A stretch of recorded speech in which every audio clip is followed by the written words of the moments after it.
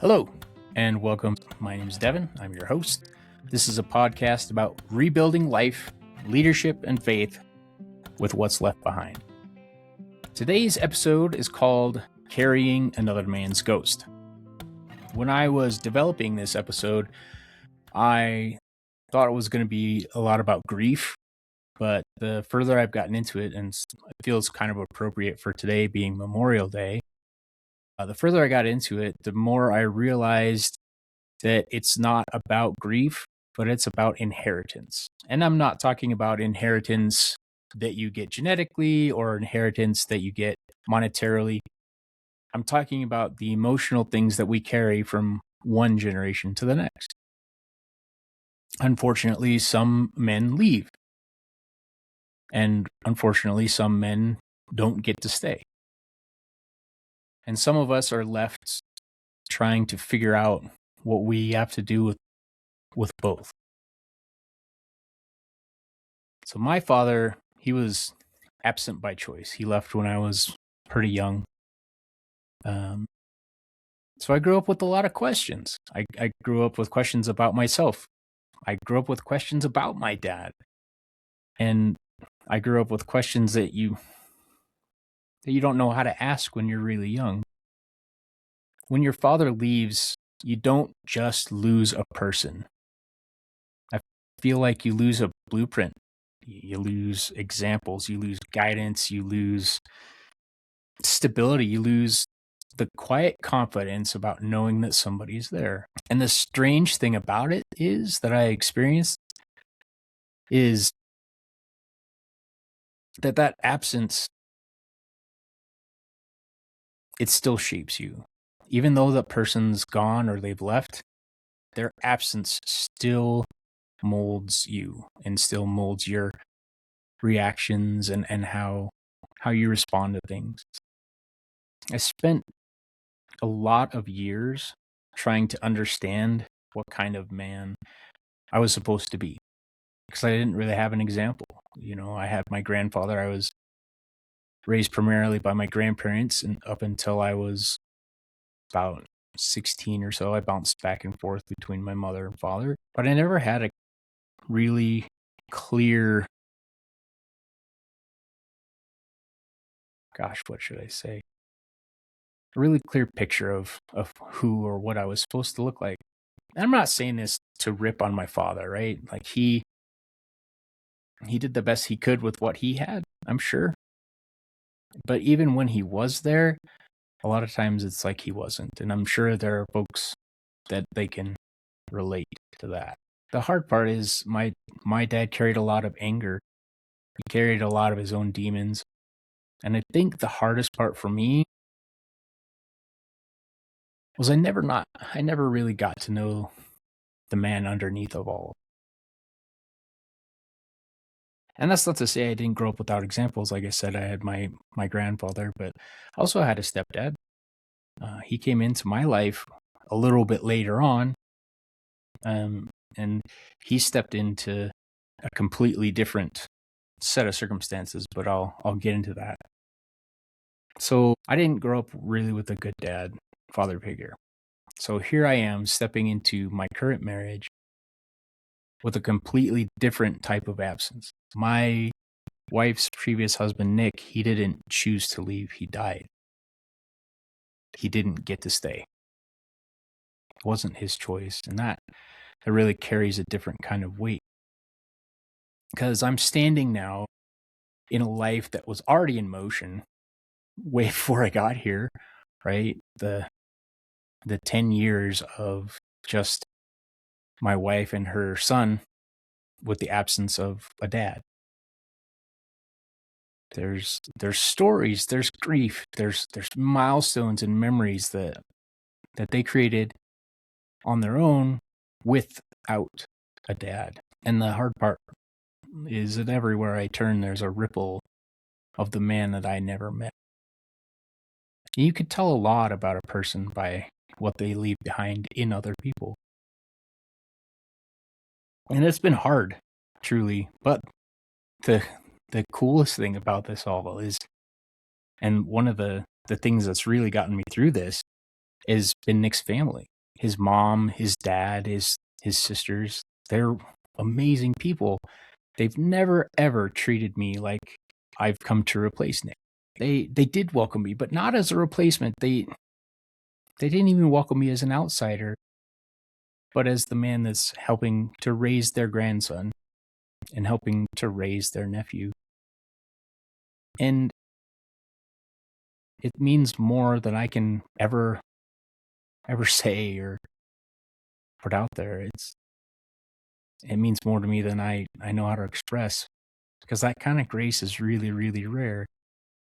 And what it's helped me realize is that love doesn't have to compete to continue. That's been, I think, one of the biggest lessons I've learned in all of this. Nobody's asking me to erase him. Nobody's pretending that he didn't matter, right? If anything, I think all of us, myself included, we're carrying forward pieces of him. And somewhere along the way,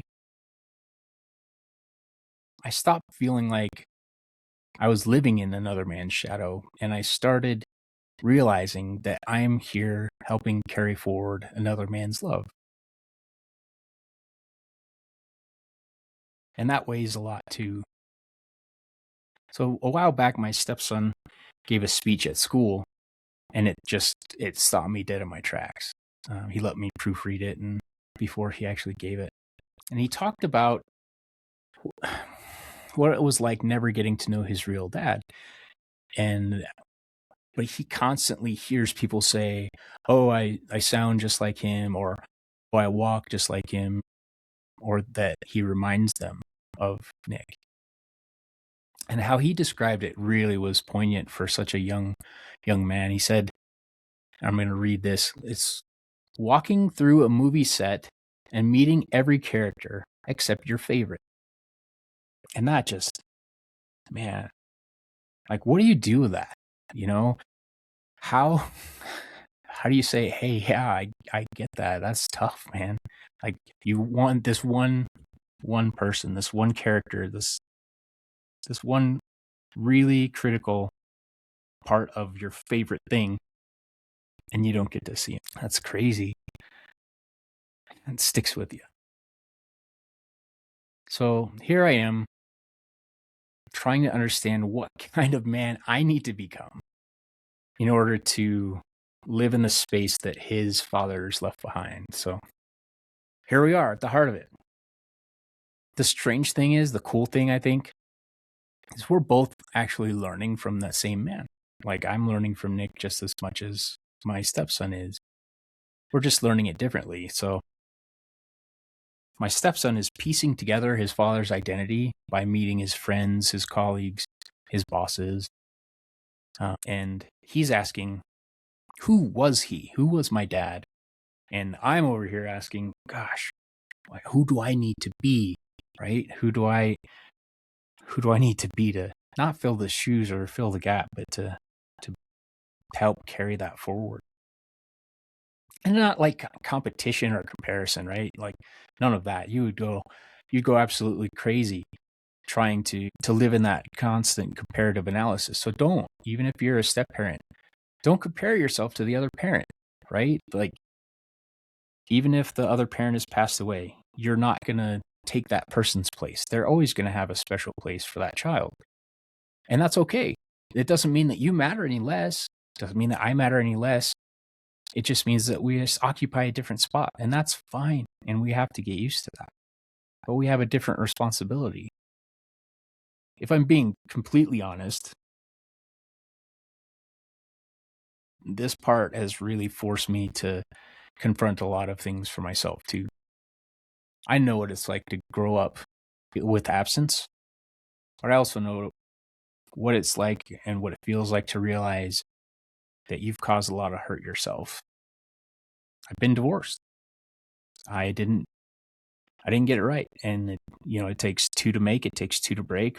And I did a lot of things really messed up, and I own that. And that's hard some days to reckon with and to really own, but I have to. And I have to be willing to say, I'm not that person anymore. I made those mistakes. but I'm learning and I'm growing and I'm getting better. And there are plenty of seasons where I was not the father I wanted to be or could have or should have been. And I've talked to my kids, and it's not because I didn't love them, right? Because if you're a good parent, you want what's best for your kids. Sometimes that means being disciplinarian. Sometimes that means backing off. But I wasn't the best dad that I could have been because hurt people, and they don't always know how to love well. And realizing that and owning that, it humbles you fast. Because eventually, pain stops just being an explanation and it starts to become a responsibility that you have to take.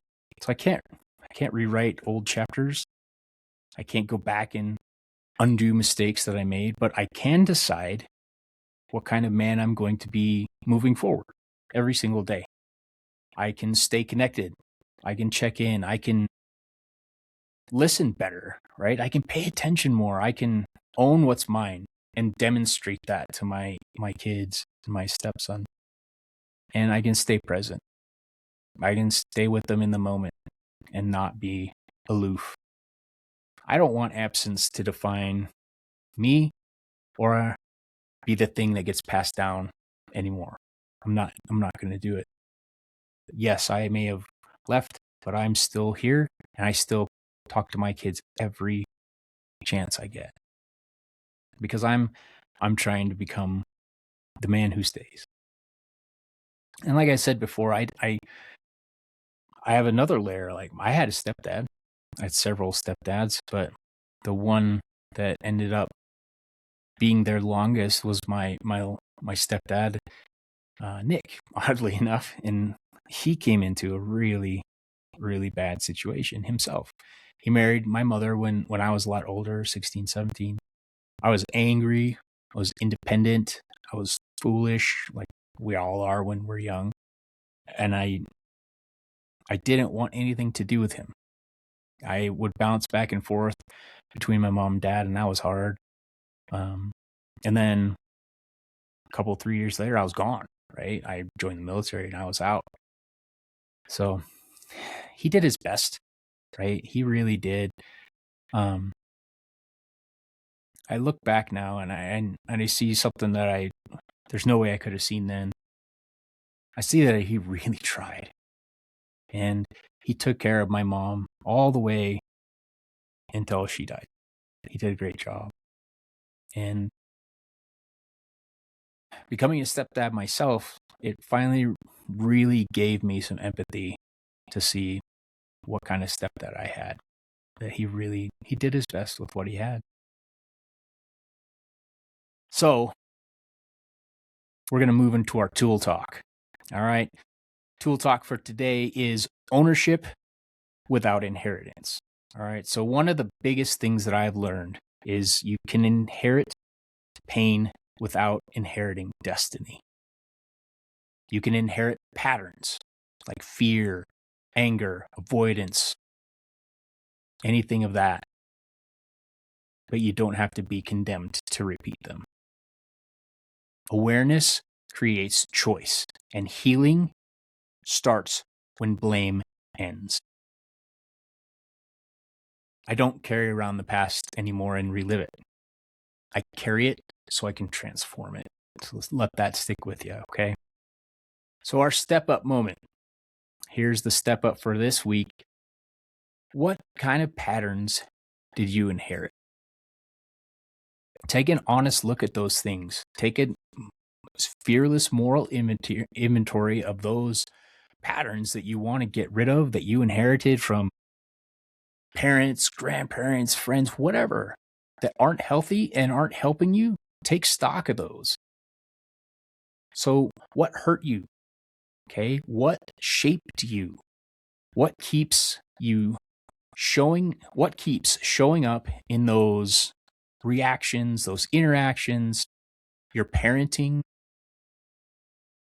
And then ask yourself, does this end with me, or is this going to keep continuing through me? I've tried to do that a lot in the past week just to test it out, so to speak. And it's hard, right? Because sometimes your ego gets in the way, and we got to subordinate that ego and say, hey, this is me. This is a reaction I'm having to something years ago that I may not have even realized. And you've got to take a moment and say, hey, this isn't fair. I'm not carrying this forward anymore. It's not fair to the person that I love or the person that I'm having this conversation with. I'm just not going to do it. And you have to take that moment of pause and say, it ends with me. So that's our step up moment. We're going to break the pattern. And here's the last thing I'm going to leave you with on that. This one took me a bit. The patterns don't stop because we notice them. They stop because we choose to do something different. You can't just notice things and not take action. You have to be willing to say, okay, I see this and I'm going to do something about it. You can't just let the patterns win. You can't let the old ways continue into the new, because they're not doing us any good now.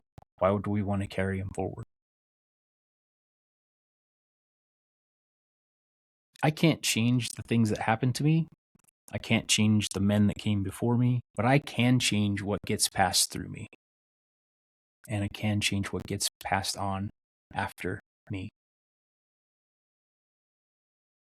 One man showed me what happens when you leave, when you choose to leave. And another showed me what happens when you don't get to stay. But you know what? I get to choose what happens next. So here we are. We have this choice in front of us. We can move forward with the way that things have been and the way that maybe they're not working, or we get to choose to stop and break the cycles and choose not to carry those things forward. And we get to choose what tomorrow looks like on our terms and carry the best things forward for ourselves, for our kids, for our stepkids, for our partners, whatever that looks like. We're in charge of that. Our pain doesn't have to determine our destiny anymore. We have a choice to move forward away from the way things have been, break the cycles of pain, and just let them fall by the wayside. We get to pick. Short episode. This one was hard though. So bit of catch up. I'm probably going to start doing these every week or every other week. I think I've finally got a good routine built, getting some good feedback from folks. Really appreciate everybody listening. And if you just found me, welcome. I'm so grateful you're here. You can find me at UAMT podcast at gmail.com. We're on Spotify, UAMT podcast. We're also right here on the YouTube. Grateful to everybody who's contributed so far and who's given feedback and stuck with us. It's going to get better, just like we are. So if you need help, don't be afraid to reach out. Being a step parent is not easy, and there's no manual. We're making this up as we go. But here's the thing. We're going to do it together, because why not? We can learn from each other. We can grow together. And hopefully if one person gets something out of this, that's a win for me. You're not alone out there if you're listening. I know it's hard, and the days sometimes are long, and you don't know if you made the right choice, but you did. And you're going to have a bigger ripple than you could have possibly known. You may not get to see it right now, but it's there. So here we are. I'm Devin, and this is Using Another Man's Tools, where we've got real talk and real tools. So let's get out there. let's get to work, and I'll see you on the next one.